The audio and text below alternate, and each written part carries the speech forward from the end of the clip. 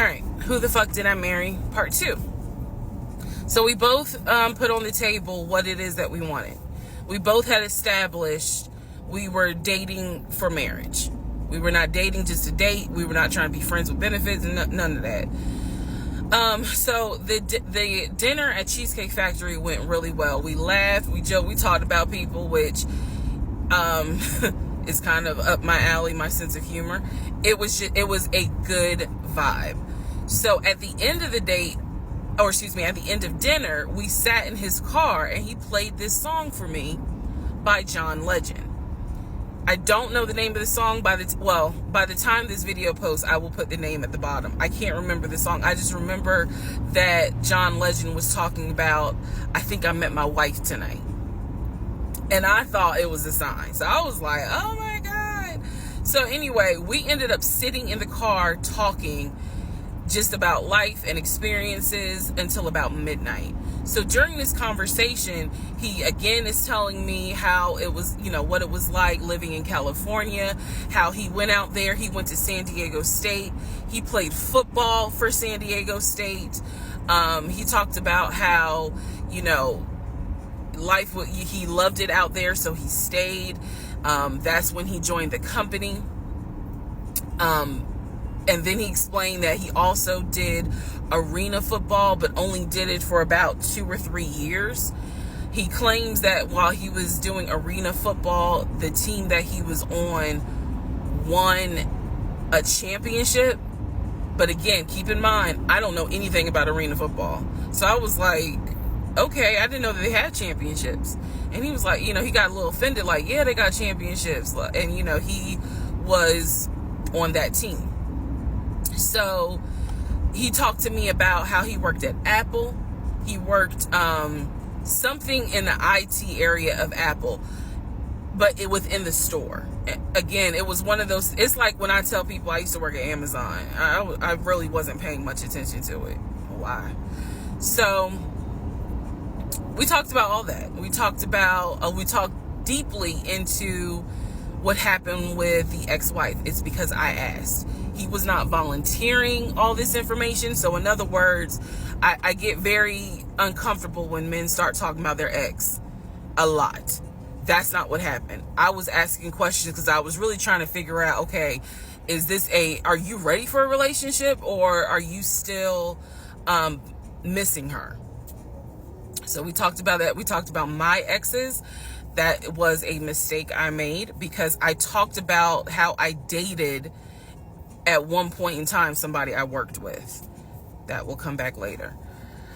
And he seemed real cool about it. He was like, that was before me and blah, blah, blah. So the conversation was good.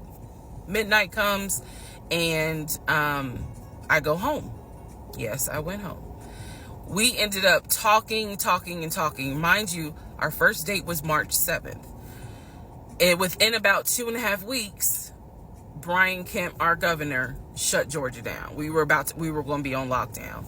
So during those 2.5 weeks, we talked every day. We went out again at Red Lobster. I remember Red Lobster. But everything was going great. The issue was, where are we going to quarantine? So the question was, are we going to quarantine at his place, which he had like a studio type of situation. Like, it clearly, where he was staying, I was like, it's like a studio apartment, but he kept telling me like, this is temporary because I'm looking for a house. Like, he showed me the email from a woman who worked at the company where she was out on maternity leave, but she was putting him in contact with a realtor to help him find a townhome or a single family house. So I was just like, okay, this is definitely temporary. Like, he's not trying to stay here long term. And she was apologizing in the email. I'm so sorry, this should have been taken care of before you got here, but it wasn't. Da, da, da, da, da. I saw the email. I read it. I read the email. So the decision was, we're going to quarantine at the studio, or we're going to quarantine in my house? First mistake I made. Well, there's a lot, but this was a mistake I made. So ladies, caution moment. During one of our dates, because keep in mind, in those 2 weeks, we were seeing each other quite a bit. Nothing physical or anything like that. Just two people who I thought were really on some, all right, let's see if this is going to grow into something. He came to my house. When he came to my house, I had a 3-bedroom, 2.5-bath townhome. He was in the studio. Now, I'm telling you guys all of this in order of how it happened. So some things I'm probably going to insert what I was thinking and the mistake I made. Can I turn this off? No. Okay, I still need that. And I say that to say that I did not realize inviting him to my home probably made his eyes go, oh shit, she's a keeper. She got this 3-bedroom, 2.5-bath townhouse, and I'm in like a little studio. Yeah, let me go ahead and pursue this. What I need to do to quarantine here. The decision was made, quarantine at my house. So the state went on lockdown. He came and stayed with me in my home, and for the most part, in the initial beginning, it was fine. It was fine. The reason why I hesitate is because I grew up in the church. So for me, it was really like an internal struggle of, bruh, you always said you would never live with a guy unless he was your husband.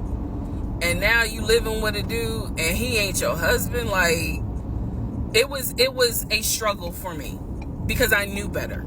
And don't come for me. I'm just telling you the way I grew up. It was like that. It was not sitting right with me. But at the same time, I didn't want to quarantine by myself. I did not want to. So there we go. So he moved in. We talked about the bills. Let me clear something up that I said in the other video where I said he paid all the bills. He paid all the household bills. He did not pay my car payment, my cell phone, or my car insurance. He paid the rent, because my rent at the time was less than $1,000. He paid the utility bills. And so when he's telling me that he's a regional manager, I was like, wow, okay, so you got money. And so he paid all the household bills. So my check really was just taking care of me, myself, and I. And I am not, this is where it's not going to make me look good, but it's the truth. It was intoxicating to not have to worry financially about how to pay the bills. It was a wonderful feeling. And so I kind of pushed to the side the fact that, yeah, you shacking up, because it's like, but your paycheck, you don't have to worry right now. Like, he's taking care of all of April's bills before April even comes, because this was still March. So we're living together, and I'm cooking, I'm cleaning, he's helping to cook and clean, and then we have a conversation about house. Is he still going to buy a house just for him, or is he going to buy a house where it's for us? Because we are going to try to make this thing work, be official, get married, have a family. So the question now on the table is, what are we going to do? Because I didn't want to stay in Riverdale, Georgia. I did not want to raise a family there. I refused to have a baby in Clayton County. So the decision was made, let's start looking for a house for both of us. Remember, he was already looking for a house for him.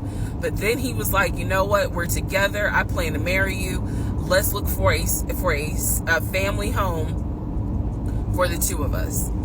He was like, this is how much I was approved for. That's when he showed me the Chase paperwork. It was a letter stating that and it had the Chase emblem at the top. He showed me a letter stating that he was approved for $750,000.